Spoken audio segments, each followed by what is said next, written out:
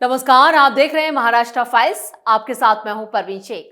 आपको बताएंगे कैसे पुलिस ने बड़े बांग्लादेशी रैकेट का किया भांडाफोड़, उद्धव को क्यों छोड़ रहे हैं पार्टी के नेता, राहुल गांधी के फैसले से क्यों टेंशन में आए उद्धव ठाकरे, विपक्ष पर क्यों भड़के फडणवीस। इसके अलावा जानेंगे कौन किसे दे रहा है चुनौती, कौन किसकी बढ़ा रहा है टेंशन। साथ ही आपको इन सभी खबरों से कराएंगे रूबरू। लेकिन तमाम बड़ी खबरों में आगे बढ़ने से पहले एक नजर डालते हैं महाराष्ट्र की टॉप हेडलाइंस। फर्जी दस्तावेज पर रह रही गुरु मां का भांडाफोड़, 30 साल में बांग्लादेशी ने बना ली करोड़ों की प्रॉपर्टी, पुलिस एक्शन से हड़कंप। बीएमसी चुनाव से पहले उद्धव ठाकरे को बड़ा झटका, जलगांव से शिवसेना यूबीटी के बड़े नेता बीजेपी में शामिल। राज ठाकरे की महाविकास अघाड़ी में एंट्री को लेकर कांग्रेस ने जताया ऐतराज, राहुल गांधी के फैसले से टेंशन में उद्धव ठाकरे। सीएम देवेंद्र फडणवीस का विपक्ष को करारा जवाब, बोले जीवन में ऐसा कंफ्यूज्ड विपक्ष नहीं देखा। एमवीए के बोगस वोटर लिस्ट के आरोप पर पलटवार। राज ठाकरे की मिमिक्री करने पर डिप्टी सीएम अजित पवार ने एमएनएस चीफ को दिया जवाब, बोले मैं एक मेहनती आदमी हूं। खबरों में सबसे पहले बात बांग्लादेशियों पर एक्शन की। देश से घुसपैठियों को निकालने का सिलसिला जारी है। वहीं मुंबई में बांग्लादेशियों पर तगड़ा एक्शन हुआ है। फडणवीस सरकार ने साफ कर दिया है कि महाराष्ट्र और खासकर मुंबई में एक भी बांग्लादेशी को नहीं बख्शा जाएगा। पीएम मोदी और अमित शाह ने बांग्लादेशियों के खिलाफ कोई भी रहम ना दिखाने की हिदायत दी है। इसी कड़ी में मुंबई पुलिस ने एक चौंकाने वाला खुलासा किया है। ज्योति नाम की ट्रांसजेंडर, जिसे कई लोग गुरु मां के नाम से जानते हैं, असल में बांग्लादेशी बाबू आयान खान निकली। पिछले 30 सालों से वो फर्जी दस्तावेजों के सहारे भारत में रह रही थी और उसके करीब 300 से ज्यादा फॉलोअर मुंबई के अलग अलग इलाकों में मौजूद हैं।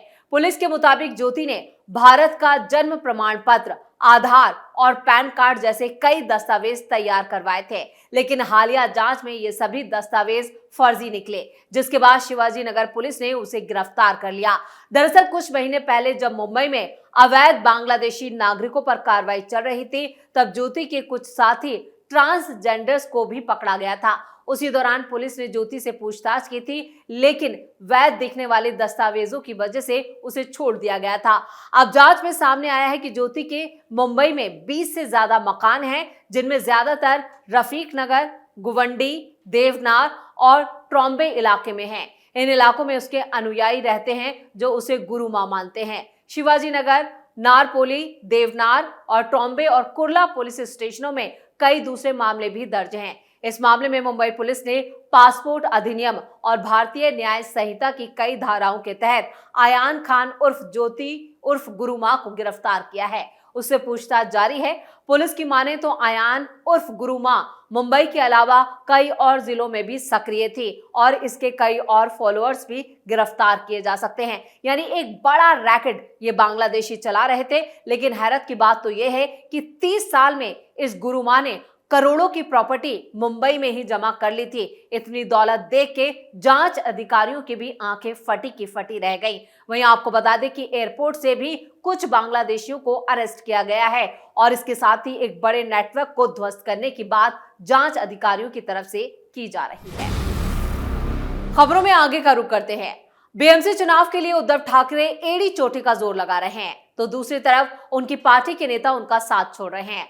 जलगांव के एरंडोल में 3 पूर्व नगर अध्यक्ष, पंचायत कमेटी के 2 पूर्व सभापति सहित दूसरे पदाधिकारियों ने बीजेपी ज्वाइन की है। मुंबई बीजेपी कार्यालय में मंत्री गिरीश महाजन और कार्य अध्यक्ष रविंद्र चौहान की मौजूदगी में ये ज्वाइनिंग कराई गई। एरंडोल विधानसभा क्षेत्र से निर्दलीय चुनाव लड़ने वाले भगवान महाजन ने भी बीजेपी में एंट्री की है। उप जिला प्रमुख दशरथ महाजन समेत पदाधिकारियों के बीजेपी में शामिल होने से ठाकरे गुट को बड़ा झटका लगा है। विधानसभा चुनावों के बाद ठाकरे गुट के कई प्रमुख पदाधिकारियों के बीजेपी में शामिल होने से तालुका में राजनीतिक समीकरण बदल चुके हैं। स्थानीय निकाय चुनावों के बीच उद्धव के लिए यह बड़ा झटका माना जा रहा है। खबरों की माने तो निकाय चुनाव तक कई और बड़े नेता भी बीजेपी ज्वाइन कर सकते हैं। इससे पहले जनवरी में उद्धव ठाकरे के 5 पार्षद बीजेपी में शामिल हो गए थे, जिनमें विशाल धनवाड़े, पल्लवी जावले, प्राची अलहट, संगीता तोसर और बाला ओसवाल। इसको लेकर धनवड़े और ओसवाल ने सोशल मीडिया पर पोस्ट भी किया था। लगातार उद्धव ठाकरे की पार्टी खाली होती जा रही है और जब निकाय चुनाव सिर पर हैं, उस वक्त उद्धव ठाकरे की पार्टी में पाला बदलने की होड़ लगी हुई है। इससे पहले उद्धव ठाकरे के कई नेता शिंदे गुट में भी शामिल हो चुके हैं और ये लगातार कह सकते हैं कि महाविकास अघाड़ी यानी उद्धव ठाकरे की भी टेंशन इससे बढ़ती जा रही है।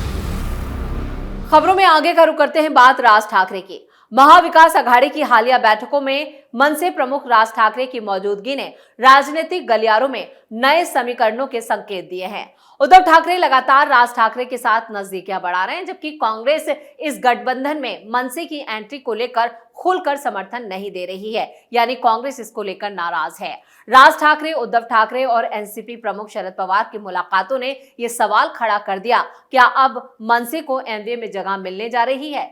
पिछले एक हफ्ते में ये तीसरी मुलाकात थी, जिसे ये कयास लगाए जा रहे हैं कि उद्धव ठाकरे की कोशिश है कि राज ठाकरे को महाविकास अघाड़ी गठबंधन में लाकर मराठी वोट बैंक को मजबूत किया जाए। शिवसेना यूबीटी नेता संजय राउत ने कहा है कि राज ठाकरे खुद चाहते हैं कि महाविकास अघाड़ी में कांग्रेस भी बनी रहे। ये रुख इसलिए अहम है क्योंकि पहले राज ठाकरे कांग्रेस की मौजूदगी के चलते एमवीए में शामिल होने से पीछे हट गए थे। अब कांग्रेस इस नए सियासी समीकरण पर वेट एंड वॉच की रणनीति अपना रही है। कांग्रेस विधायक विजय वडेट्टीवार ने कहा है कि फिलहाल इस पार्टी में अंदरूनी मंथन इस पर किया जा रहा है और अभी कोई भी फैसला नहीं लिया गया है। वहीं मनसे की तरफ से पूर्व विधायक राजू रतन पाटिल ने कहा, अगर सब दल साथ आते हैं तो खुशी होगी, लेकिन अंतिम फैसला राज ठाकरे को होगा। शिवसेना यूबीटी प्रवक्ता आनंद दुबे ने कहा कि राज ठाकरे, उद्धव ठाकरे और कांग्रेस के नेता एक ही मंच पर बैठे थे।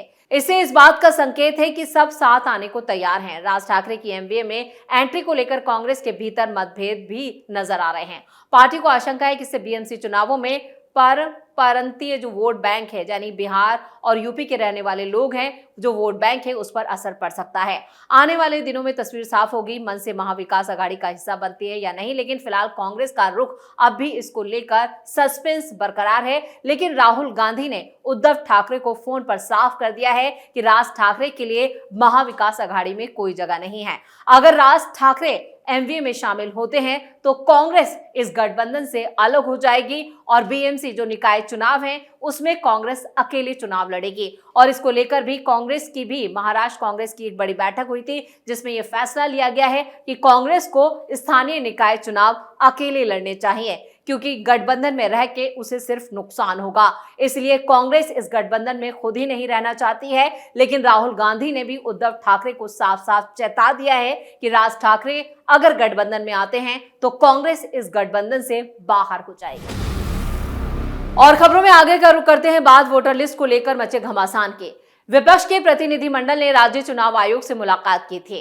उन्होंने चुनाव आयोग के अधिकारियों को वोटर लिस्ट में मौजूद गलतियों की ओर ध्यान दिलाया था। उन्होंने ये भी मांग की है कि जब तक ये सभी गलतियां ठीक नहीं हो जाती तब तक चुनाव 6 महीने के लिए स्थगित कर दिया जाए। मुख्यमंत्री देवेंद्र फडणवीस ने विपक्षी दलों के आरोपों पर पलटवार किया है। उन्होंने कहा कि मैंने अपनी जिंदगी में इतना कंफ्यूज्ड विरोधी कभी नहीं देखा। उन्होंने कहा कि इतने बड़े बड़े नाम वाले लोग किसके पास जाएं, क्या करें, कानून क्या है पता नहीं, उन्हें ये भी नहीं पता या पता करना नहीं चाहते। मुझे लगता है कि उन्हें सब पता है, लेकिन अगर हम चुनाव हार गए तो क्या होगा, वो अभी से इसके कारण ढूंढने में लगे। उन्होंने कहा है कि विपक्ष कल राज्य के चुनाव अधिकारियों के पास गया था, लेकिन जिन अधिकारियों के पास वो गए थे उनका स्थानीय निकाय चुनाव से कोई लेना देना नहीं है। स्थानीय निकाय चुनाव के लिए एक अलग कानून है, उसी से वैधानिक चुनाव आयोग का गठन किया गया है। उस चुनाव आयोग के प्रमुख दिनेश वाघमारे और इस चुनाव आयोग से संबंधित सभी अधिकार कानून के पास हैं, राज्य सरकार के पास भी नहीं है। उन्होंने कहा कि ये सारे विरोधी कल उनसे मिलने गए। उनसे मिलने के बाद उन्हें लगा कि दिनेश वाघमारे से मिलना है। फिर कल उन्होंने उनसे चर्चा की और यहाँ पर थरूर माटूर को कुछ बताया। आज वो उनसे फिर मिले, उन्हें समझ नहीं आया कि वो क्या मांग करें। मूल रूप से हमें एक बात याद रखनी चाहिए कि राज्य चुनाव आयोग जो भी है, राज्य चुनाव आयोग पूरे चुनाव का संचालन करता है। उन्होंने कहा कि उनके पास सारे अधिकार हैं। वोटर लिस्ट को लेकर वो पहले विधानसभा लोकसभा की वोटर लिस्ट भी जारी करते हैं, फिर उस पर आपत्ति करने का सबको मौका दिया जाता है। इस मौके के दौरान अगर उनके पास कोई सबूत है तो वो सबूत दें, लेकिन ऐसा कुछ किए बिना, कानून को समझे बिना ये सब एक नैरेटिव सेट करने में जुटे हुए हैं। यानी वोटर लिस्ट को लेकर विपक्ष जिस तरह के सवाल उठा रहा है वो सवाल पूरी तरह से बेबुनियाद है। फडणवीस ने कहा है कि पूरे विपक्ष को इसकी जानकारी ही नहीं है कि कानून इसको लेकर क्या कहता है और चुनाव आयोग के क्या अधिकार हैं और स्थानीय निकाय चुनाव किसके नेतृत्व में होता है। यानी कुल मिलाकर पूरा जो विपक्ष है वो कंफ्यूज ही नजर आ रहा है। और खबरों के आखिर में बात करते हैं अजीत पवार की। महाराष्ट्र में एक बार फिर से महाराष्ट्र नवनिर्माण सेना के प्रमुख राज ठाकरे और डिप्टी सीएम अजीत पवार आमने सामने हैं। राज ठाकरे के नकल उतारे जाने पर डिप्टी सीएम अजीत पवार ने राज ठाकरे पर पलटवार किया है। अजीत पवार ने कहा कि मैं मेहनतकश आदमी हूं। उन्होंने अगर आप कल भी मेरी नकल करेंगे तो मुझे कोई फर्क नहीं पड़ेगा। अजीत पवार ने यह पलटवार राज ठाकरे की उस मिमिक्री के बाद किया है जब मनसे अध्यक्ष राज ठाकरे बुधवार को राज्य चुनाव अधिकारी से मुलाकात के बाद महाविकास अघाड़ी की प्रेस कॉन्फ्रेंस में मौजूद थे। तब उनसे पूछा गया था क्या वो महाविकास अघाड़ी में आएंगे। तब उन्होंने कहा कि वो 2017 में भी इसी मुद्दे पर कांग्रेस एनसीपी के साथ आए थे। ठाकरे ने कहा कि उस वक्त अजीत पवार भी वहां थे और ऊंची आवाज में बात कर रहे थे। राज ठाकरे ने अजीत की मिमिक्री करते हुए कहा कि उन्हें भी आज यहां आना चाहिए था। राज ठाकरे की मिमिक्री करने पर अजीत पवार ने पुणे में जवाब दिया। उन्होंने कहा नकल करने वाले नकल करते रहेंगे। मैं एक मेहनतकश आदमी हूं और काम करता रहूंगा। मैंने अपने किसानों के लिए महत्वपूर्ण फैसले लिए हैं और जनता के मुद्दों को सुलझाने में लगा हूं। उधर राज ठाकरे ने महाविकास अघाड़ी में आने के सवाल पर कहा कि महत्वपूर्ण है कि चुनाव कैसे कराए जाते हैं, कौन किसके साथ जाएगा, कौन किसके साथ चुनाव लड़ेगा, ये महत्वपूर्ण नहीं है। उद्धव ठाकरे के साथ बढ़ती नजदीकियों के बाद राज ठाकरे की महाविकास अघाड़ी में आने की जो चर्चा है वो जोरों पर है। कांग्रेस ने राज ठाकरे के एमवीए में आने के फैसले को राष्ट्रीय नेतृत्व के साथ इंडिया अलायंस के नेताओं के पाले में डाल दिया है। महाराष्ट्र सुप्रीम कोर्ट ने 31 जनवरी 2026 से पहले स्थानीय निकाय चुनाव कराने का आदेश दिया है। लोकल बॉडी इलेक्शन में राज ठाकरे के उद्धव ठाकरे के साथ जाने पर एकनाथ शिंदे को नुकसान होने की संभावना जताई जा रही है, जबकि एकनाथ शिंदे का साफ कहना है कि राज ठाकरे, उद्धव ठाकरे या जो कोई भी गठबंधन आ जाए वो जीतने वाले नहीं है। यानी विपक्ष को स्थानीय निकाय चुनावों में मुंह की खानी पड़ेगी। इसी के साथ महाराष्ट्र फाइल्स में खबरों का सिलसिला यहीं खत्म करते हैं। बाकी खबरों के लिए आप जुड़े रहिए कैपिटल टीवी के साथ। वीडियो को लाइक करें, शेयर करें और कैपिटल टीवी को सब्सक्राइब जरूर करें। धन्यवाद।